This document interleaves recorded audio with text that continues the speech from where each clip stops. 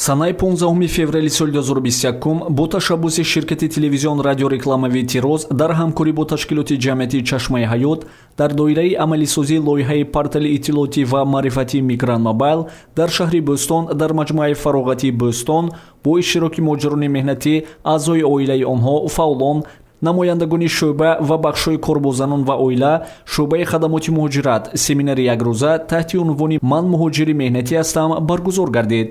мақсади семинар дар баробари омӯзиши масъалаҳои муҳими муҳоҷират, пешгирии савдои одамон, мусоидат ба таъмини муҳоҷирати бехатар, инчунин бо дар назардошти рушди технологияҳои иттилоотӣ ва дастгирии фаврӣ ба манбаи иттилоотӣ барои ҳалли мушкилоти мубрами муҳоҷирон, хусусан дар давраи пандемияи COVID-19, ташкили портали маърифатии иттилоотии Мигрант Мобайл ва дигар масъалаҳо иборат буд.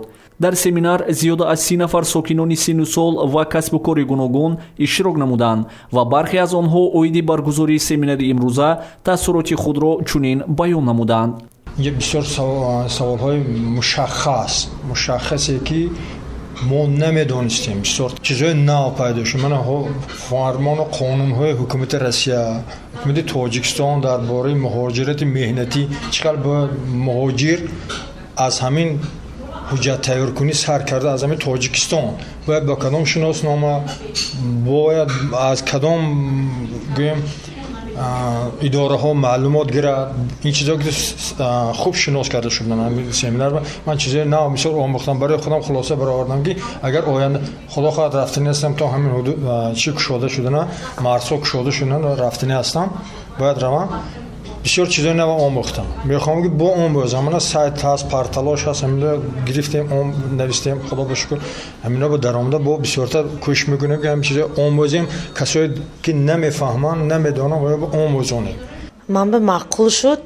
хай мусофириҳо мерафтигаҳо ресо нақш шуд. давом додани патентро ман ҳамин рӯза иштирок фаҳмидам ки бо 1 соли дига пределит карда кор фармуда мештаст.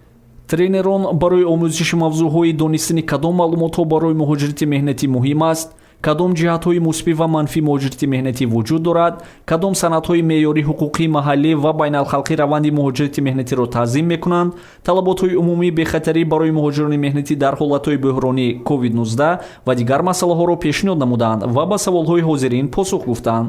мавзӯъҳои семинар бо тарзи саволу ҷавоб, усулҳои интерактивӣ, кор дар гурӯҳҳо ва иҷрои саҳначаҳо вобаста ба масъалаҳои муҳоҷирати меҳнатӣ гузаронида шуд, ки ба иштирокчиён хеле писанд омад ва дар оянда барои таъмини муҳоҷирати бехатар мусоидат мекунад.